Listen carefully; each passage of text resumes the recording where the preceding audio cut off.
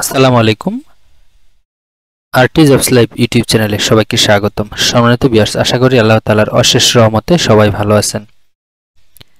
কর কমিশনার কার্যালয়ে নতুন আরও একটি সরকারি চাকরি সার্কুলার প্রকাশিত হয়েছে, আর এই ভিডিওতে আমি আপনাদেরকে দেখাবো এই সার্কুলারে আপনারা কিভাবে আবেদন করবেন, আবেদনটি শুরু কবে, শেষ কবে, কত টাকা খরচ হবে, কোন পদে কতজন লোক নিয়োগ দেওয়া হবে, কি কি শিক্ষাগত যোগ্যতা লাগবে এবং আবেদন করতে গেলে আবেদনকারী প্রার্থীর বয়স কত লাগবে, সবকিছুই এই ভিডিওতে আমি আপনাদের সামনে আলোচনা করার চেষ্টা করব।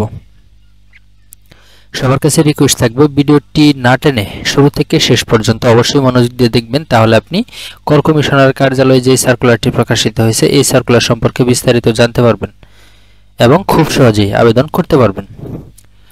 মূল ভিডিও শুরু করার আগে আপনাদের কাছে আমার একটি ছোট্ট রিকোয়েস্ট থাকবে, আপনি যদি এখনও আমার চ্যানেলটি সাবস্ক্রাইব করে না থাকেন তাহলে আজকে চ্যানেলটি সাবস্ক্রাইব করে নোটিফিকেশন অন করে রাখবেন, যাতে করে পরবর্তীতে নতুন যে কোনো সরকারি চাকরি সার্কুলার আপলোড দেওয়া হলে সরাসরি আপনার ফোনে নোটিফিকেশন চলে যায়।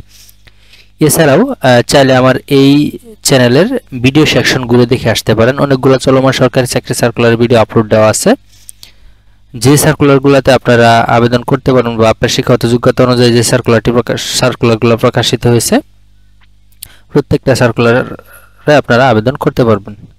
তাহলে চলুন আর কথা না বাড়িয়ে আমরা ভিডিওর মূল পর্বে চলে যাই, দেখে আসি কর কমিশনার কার্যালয়ে যে সার্কুলারটি প্রকাশিত হয়েছে এই সার্কুলারের বিস্তারিত।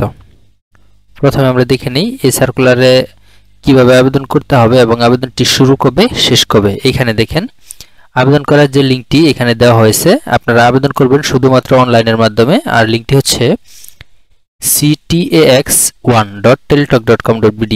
শুধুমাত্র এই লিঙ্কের মাধ্যমে আপনারা আবেদন করতে পারবেন। আবেদনটি শুরু হয়েছে 16 এপ্রিল 2024 সকাল 10 ঘটিকায় এবং আবেদন শেষ হবে 15 মে 2024 বিকাল 5 ঘটিকা পর্যন্ত আবেদনটি চলবে।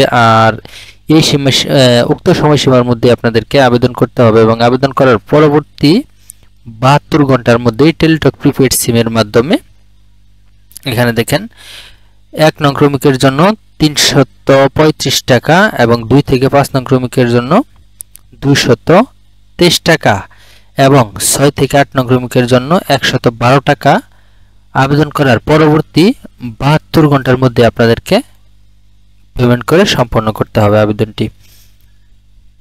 এই সার্কুলারে আবেদন করার জন্য আবেদনকারী প্রার্থীর বয়স অবশ্যই 18 থেকে 30 বছরের মধ্যে হতে হবে, এটা সাধারণ প্রার্থীদের ক্ষেত্রে। আর শহীদ মুক্তিযোদ্ধা এবং মুক্তিযোদ্ধার পুত্র কন্যাদের ক্ষেত্রে 32 বছর পর্যন্ত শিথিলযোগ্য রাখা হয়েছে। আর এখানে দেখেন বয়স প্রমাণের ক্ষেত্রে এসএসসি বা সমমান সনদপত্র ব্যতীত অন্য কোনো প্রশংসাপত্র বা এফিডেভিট গ্রহণযোগ্য হবে না। এই সার্কুলারে মোট 8টি ক্যাটাগরিতে এসএসসি, এইচএসসি, অনার্স, মাস্টার্স পাশে আপনারা আবেদন করতে পারবেন।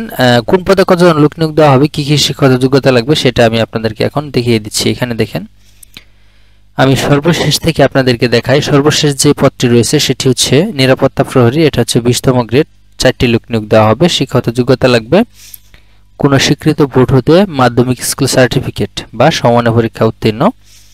তারপরে দেখেন 7 নম্বর অফিস সহায়ক, এটা হচ্ছে 20তম গ্রেড, এই পদে 9টি লোক নিয়োগ দেওয়া হবে। শিক্ষাগত যোগ্যতা লাগবে কোনো স্বীকৃত বোর্ড হতে মাধ্যমিক স্কুল সার্টিফিকেট বা সমমানের পরীক্ষায় উত্তীর্ণ হলে আপনারা এই পদেও আবেদন করতে পারবেন। তারপরে দেখেন 6 নম্বর যেটি রয়েছে সেটি হচ্ছে নোটিশ সার্ভার, এই পদে মোট 2টি লোক নিয়োগ দেওয়া হবে, এটা হচ্ছে 20তম গ্রেডের। এই পদেও শিক্ষাগত যোগ্যতা লাগবে কোনো স্বীকৃত বোর্ড হতে মাধ্যমিক স্কুল সার্টিফিকেট বা সমমানের পরীক্ষা উত্তীর্ণ হলে আপনারা এই পদেও আবেদন করতে পারবেন। এরপরে 5 নম্বর যে পদটি রয়েছে অফিস সহকারী কাম কম্পিউটার মুদ্রাক্ষরিক, এই পদে 4টি লোক নিয়োগ দেওয়া হবে। শিক্ষাগত যোগ্যতা কোনো স্বীকৃত বোর্ড হতে অনন্য দ্বিতীয় বিভাগ বা সমমানের সিজিপিএতে উচ্চ মাধ্যমিক সার্টিফিকেট বা সমমানের পরীক্ষা উত্তীর্ণ এবং কম্পিউটার ব্যবহারে দক্ষতা লাগবে। আর কম্পিউটার মুদ্রাক্ষরে সর্বনিম্ন গতি প্রতি মিনিটে ইংরেজিতে 20 এবং বাংলায় 20 শব্দের গতি থাকলেই কিন্তু আপনারা এই পদে আবেদন করতে পারবেন।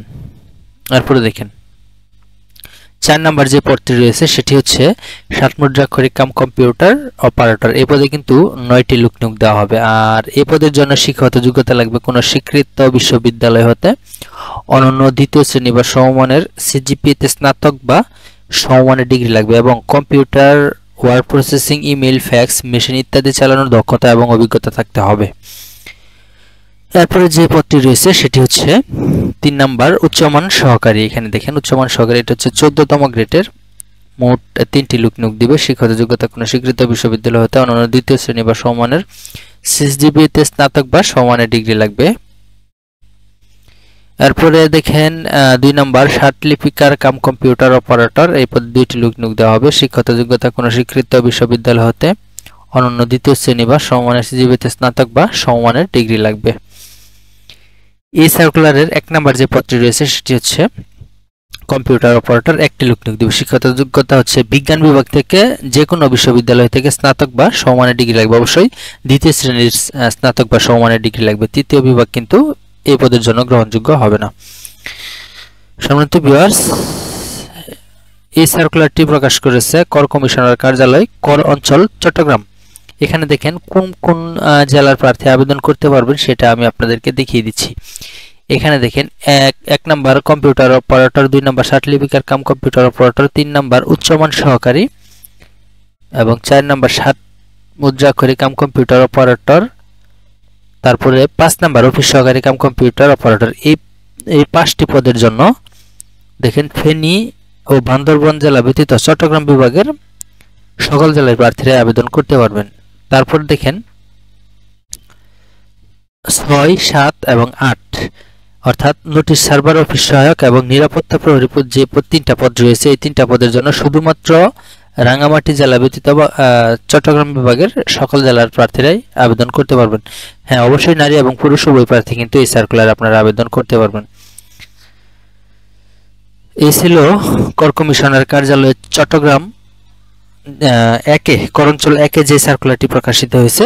এই সার্কুলার বিস্তারিত আজকের মতো এই ভিডিও এখানে শেষ করছি। পরবর্তীতে আপনাদের সাথে দেখা হচ্ছে অন্য কোনো সরকারি চাকরি সার্কুলার অথবা জরুরি প্রয়োজনীয় কোনো ভিডিও নিয়ে। ততক্ষণ পর্যন্ত আল্লাহ আপনাদের ভালো রাখুক।